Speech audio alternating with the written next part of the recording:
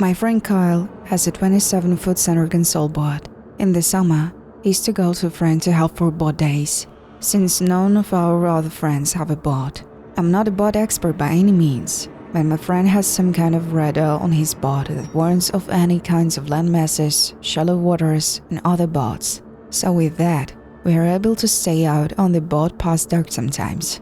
The boat can fit like 8 people comfortably. It was on a hot summer day, mid-July.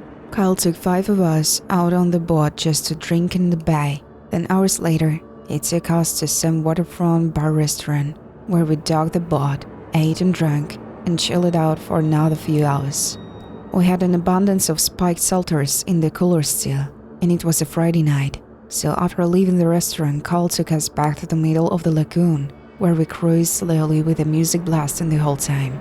Kyle doesn't really drink, so it works out that he's the one with the boat, and he just enjoys boating us around without having to drink. We passed by a lighthouse on the Barrier Island. We all had this conversation about how there is something so liminal and creepy about lighthouses at night. Kyle caught the engine, and we just floated in place for a while with the music still playing.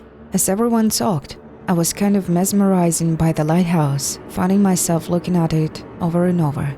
I think because I was so drawn away from the conversation that was being had that I was the one to pick up on a screaming voice from the distance. I said, "Yo, cut the music a bunch of times before whenever was an aux past it." I said I heard a scream from the distance. We were currently floating next to the island that sat in the middle of the mainland and the Barrier Island. We sat in silence for a few seconds as we bobbed around, and sure enough I was right. There was a woman's scream for help coming from island. We all looked at each other, and I could see the horror on my friends' faces. The screams were obviously coming from the island. We were too far from both the mainland and the Barrier Island for it to be coming from there. We yelled back as loud as we could, and the woman's voice called back, "Help." We all screamed, "Where are you?" And the woman's voice called back, "I'm being followed." Communication like this was heard, as we could barely hear each other. One more time we called, "Are you on island?" And she screamed back, "Yes." Kyle started the engine without hesitation and started bringing us over to the island. He anchored us when we were close enough to the shore of the little island. All 6 of us got off the boat and started looking around and calling for the woman. This matter became a lot more concerning when she said, "I'm being followed." This island wasn't that big, and with 6 of us walking around with flashlights calling for her, surely we will have found her. On the opposite side of the island, suddenly, we heard a blood-curdling woman scream, sounding like it was partially muffled. My friends and I all yelled at each other to meet on that side of the island. We all ran as fast as we could. I ran through painful brush barefoot, and by the time I got the other side of the island, my feet were bleeding, but there was no one here. I mean, my friend Kyle and Jake were already there, and they said they heard the sound of the boat motor driving away. There was also a fresh wake in the water, clearly from the boat that just left, but it was too dark to see anything deeper into water. I called 911 and reported this so that Bay Patrol could be on the lookout for any mysterious boats with its lights off. A Bay Patrol boat came to Kyle's boat when we anchored, and we frantically told the 2 officers about what just happened. They walkie-talkied, and I'm sure every other boat on duty, and it became a whole manhunt. I don't think the boat was ever found though, because it didn't end up on the news or anything. All I know is there was no one on the island by the time we searched it. We were also freaked out about this, that Kyle brought the boat back to the marina, and we all just ended up chilling in his backyard, talking about what happened. To this day, we still don't know what that was about. There were no news articles of missing women as far as we know. Was it some kind of kidnapping, or was it a group of assholes playing some fucking up prank? I don't think we'll ever know.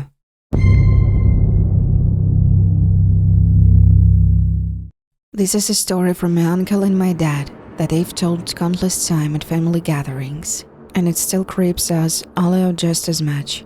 It was the 80s. My dad and Uncle Jack have always been avid fishermen. They go out deep-sea fishing at least a few times a year in my uncle's boat. He had a 17's 2-cabin cruiser. I've seen pictures and the thing was huge. My uncle used to live in Cape Cod, Massachusetts, where he dug his boat. My dad will go up there for a weekend once in a while to go out to sea for a night with my uncle. I've never been insufficient. My dad tried to get me into it, but it's not my thing. I'm also not going to pretend to know much about fishing, but I know the fish you catch will be bigger and more abundant the deeper into the ocean you go. I think they primarily go to striped bass, tuna, and cod. They get about 20 miles out at sea and just catch whatever they could fit on a boat. They used to be so obsessed that my uncle's walls in this house to this day are still covered 90% in pictures of him and my dad's holding fish. This one time though, it was a very unexpectedly cloudy night, and it was a new moon. They were currently in the cabin, having a beer together, playing cards after supper, and something went wrong with the boat, and the lights died. My Uncle Jack had to check the circuit panel, but doing so in the dark with nothing but a crappy flashlight was difficult though. Upon checking the circuit panel, my uncle learned that something causes two of the fuses to blow, inconveniently illuminating almost all of the lights on the boat, including the running lights. They didn't really have much of choice other than to call at the night early and wait till dawn to head back to the shore. But within an hour was around the time they started to hear a humming type sound coming from around 20 meters in the horizon. They went out onto the deck of the boat, but my dad always says it was nearly impossible to tell if his eyes were open or closed. That's how dark it was outside. There was a strange humming sound coming from behind the boat. Both my dad and uncle stepped to the stern of the boat and they realized the humming sound didn't sound like any kind of fish. They said it sounded like a person groaning, but even with a flashlight, they couldn't see beyond maybe 5 meters in front of them. It was starting to rain, so the two of them went inside the cabin. It would have been a horrible idea to try to drive the boat in pitch blackness in the rain, so they went to sleep. The next morning, at the crack of dawn, my uncle woke up my dad and told him to come outside at the deck. Through the thick fog, they could see another boat floating in the near distance. My Uncle Jack drove the boat closer to the vessel and then blew the whistle he had on board to try to get anyone's attention who may have been in the cabin. The boat looked like it could have been abandoned though, so attaching a rope from one boat to another, my uncle jumped on the boat and the cabin door was unlocked. He stepped down into the cabin and smelled the disgusting, sickening smell of death. He saw a man hanging up by a rope in the cabin. He ran back out and back onto his boat and tried to throw up into the water. My dad says he didn't even dare go down and see the body after his brother told him what he saw. My dad and Uncle Jack marked the current coordinates and contacted the nearest Coast Guard station through the VHF radio. The Coast Guard were there within an hour, and only they did, my dad and uncle head back to the shore. They still don't know what the humming sound they heard was. This story really still haunts my uncle the most because he's the one who actually saw the dead body. They definitely together hold the scariest fisherman story I've ever heard. I live on a private canal in Florida with my family. I'll keep the rest of my location private. Basically, it's a 15-minute ride out of the canal into the ocean. We have a couple jet skis and a boat, a 35-footer 2007 Proline Express. My dad's baby. He's the boat guy. The jet skis are for my sister and I, so there are 4 of us in the house. My mom, dad, sister, and I. I'm 23. She's 26. Nothing I say in this story will be me bragging at all. I'm just stating facts to help put the story into perspective. We have a few houses around the country, one in California, one in New York, and one in Florida. Our main house, I guess you could say, is our Florida house because there is where my sister and I grew up and went to school. It's in a gated community. Our parents are gone a lot of the time out of state, leaving the house to my sister and I and our dog.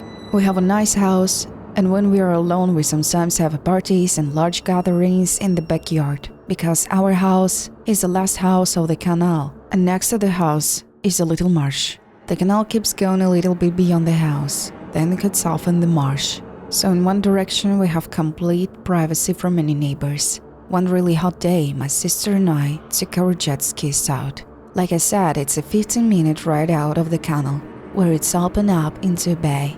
Then we either ride in the bay or sometimes take it under the bridge and out into the ocean. Sometimes the ocean will be too choppy though, so we usually ride into the bay depending on the tide. There is always a lot of boat hanging out in the bay area.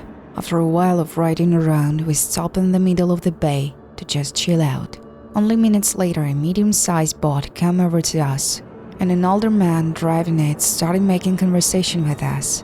He had to be in his late 50s or early 60s. He was on the heavier side. He had a bit of a gut, and he had a beer in his hand, and he's driving a boat for a record. He basically opened up with asking about our jet skis and telling us about his jet skis and his huge house on the water. He invited us to come swim in his pool, and when we said no, thanks, we have a head back soon, he asked where we're from.